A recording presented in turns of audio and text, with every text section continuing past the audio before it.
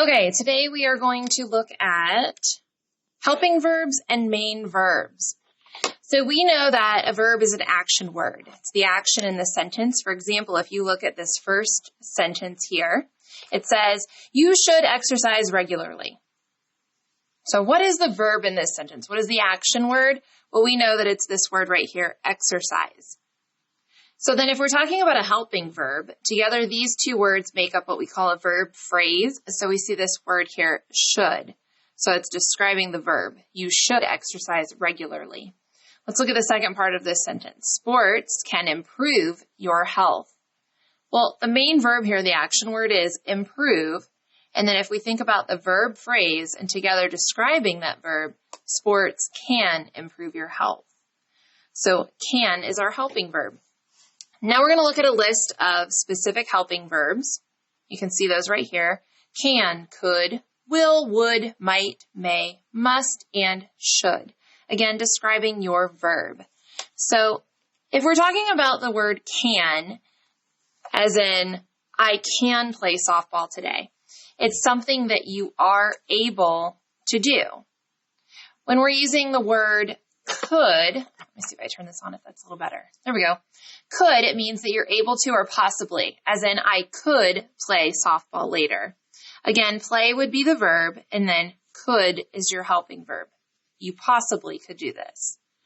The next word that we're talking about is the word will. That means that it's something that is definite and it's going to happen in the future. If you look at this example, I will play softball later. It is definitely going to happen. It's going to happen in the future.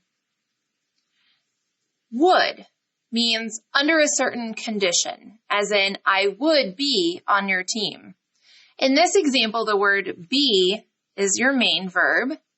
I would be on your team. So under a certain condition. The next word is might. It means possibly now or in the future, as in I might play Monday.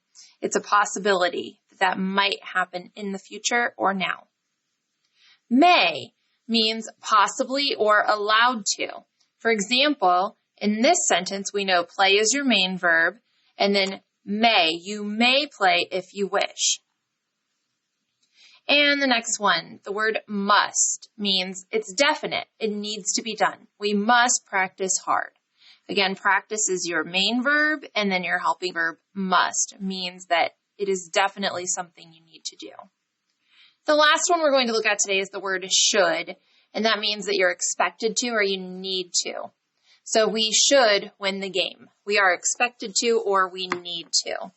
So now let's look down here at a few other examples. I believe we have 6 total. Sorry, 7. Oops, 8. In these sentences, we need to underline the main verb that goes with the helping verb.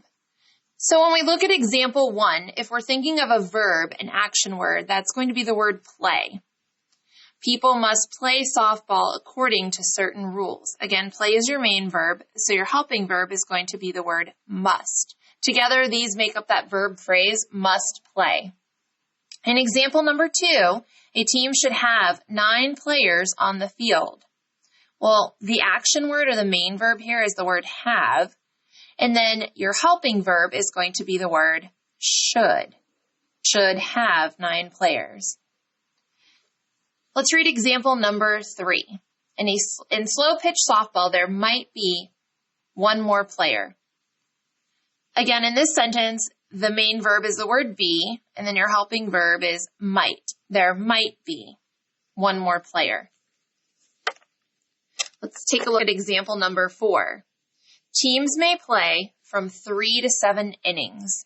So in this example, play is your verb, your main verb, and then your helping verb is going to be the word may. It describes your verb, may play. Let's look at example 5. A tied score can push the game into extra innings. In this example, push is your main verb and can is your helping verb. Together, that verb phrase, can push, means that you are able to do that. With the creation of softball, people could play year-round. So I want you to think for a moment, what is the main verb in this example? Right, the main verb is going to be the word play. That's your action word. And then what is your helping verb? That's going to be the word could, meaning this is a possibility or people are able to, right? People are able to play year-round. Number 7, baseball players would enjoy softball in the off-season. Well, your main verb here is the word enjoy, and then your helping verb is the word would. Baseball players would enjoy. So under a certain condition, right? In the last example, this one's kind of tricky. In summer 2016, softball will not be an Olympic sport. In this example, the word be is your main verb and will is your helping verb. Now we see a word that comes in between the word not. Not is actually an adverb. It is not a helping verb, but it can make this sentence negative.